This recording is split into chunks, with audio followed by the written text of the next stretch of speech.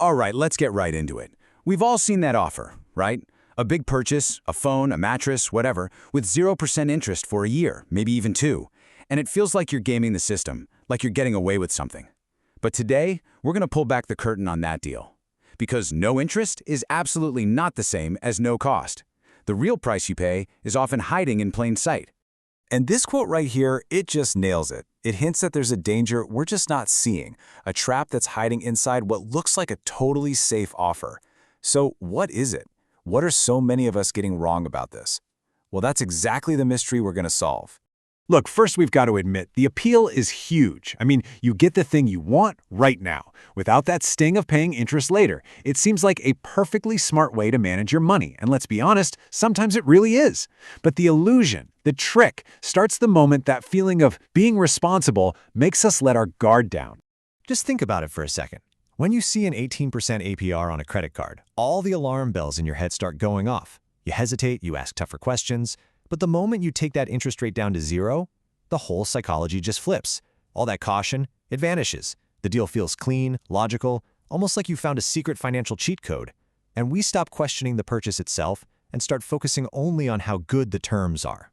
So that brings us to the big question. If we aren't paying a dime in interest, what are we actually giving up?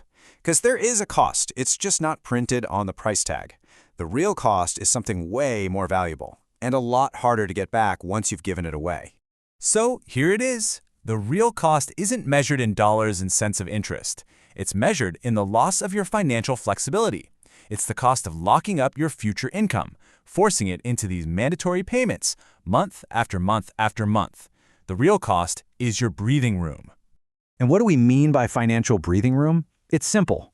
It's that cushion you have left every single month after all your essential bills are paid and your savings are put away. It's the money that lets you handle a surprise car repair, right? Or an unexpected trip to the vet. It's the margin for error that keeps a small, annoying problem from turning into a full-blown financial crisis. And let's look at how fast that breathing room can disappear. $100 a month for a new phone? That sounds totally fine, completely manageable. But if your entire monthly financial cushion, your buffer, is only, say, $250, well, that manageable payment just ate up 40% of your ability to handle life surprises for the next year.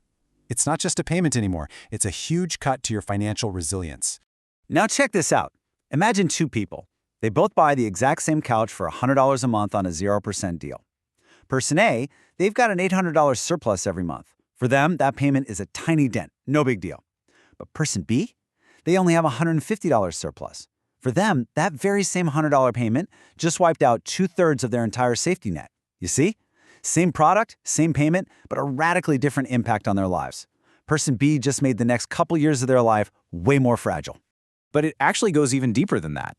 These offers, they're not just designed to make things more affordable, they are built from the ground up to change how you think about buying something in the first place. You know, we tend to think of financing as a tool we use after we've decided to buy something. It's just a simple way to spread out the cost. But that is only half the picture. The truth is, financing doesn't just help you pay. It helps you decide. The way the offer is structured is an incredibly powerful sales tool. It takes a scary, intimidating $1,500 price tag and reframes it as an easy-to-swallow $62 a month. It shifts your brain away from the total cost and focuses it right on the comfort of that tiny little payment. It's designed to push you over the edge from "I don't know" to "yes."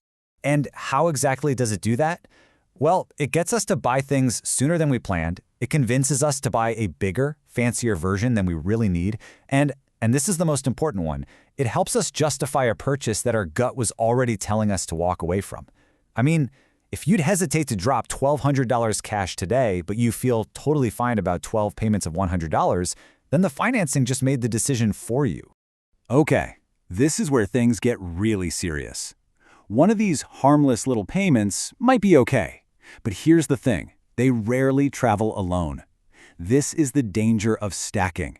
It's where all these small, manageable debts quietly pile on top of each other until they become a huge financial burden. It always starts with just one thing. Maybe it's a new mattress, just $85 a month. By itself, it feels like nothing. It fits into the budget just fine. No problem, right? But then, a few months down the road, there's a 0% deal on that new phone you wanted. That's another $62 a month. And then that new dishwasher you've been eyeing goes on sale for $100 a month, interest-free. Now, each one of these decisions in isolation feels totally rational, but your bank account, it doesn't feel them one at a time. It feels the crushing weight of all of them, all at once, every single month. And just like that, those 3 harmless little payments are now $247 a month. That's almost $3,000 a year of your own money that you no longer control. It's gone before it even hits your account. You can't use it for an emergency. You can't use it for an opportunity. You can't use it to pay down other debt. It's just gone. And this quote just says it all, doesn't it? This isn't about one big, dramatic mistake that leads to bankruptcy.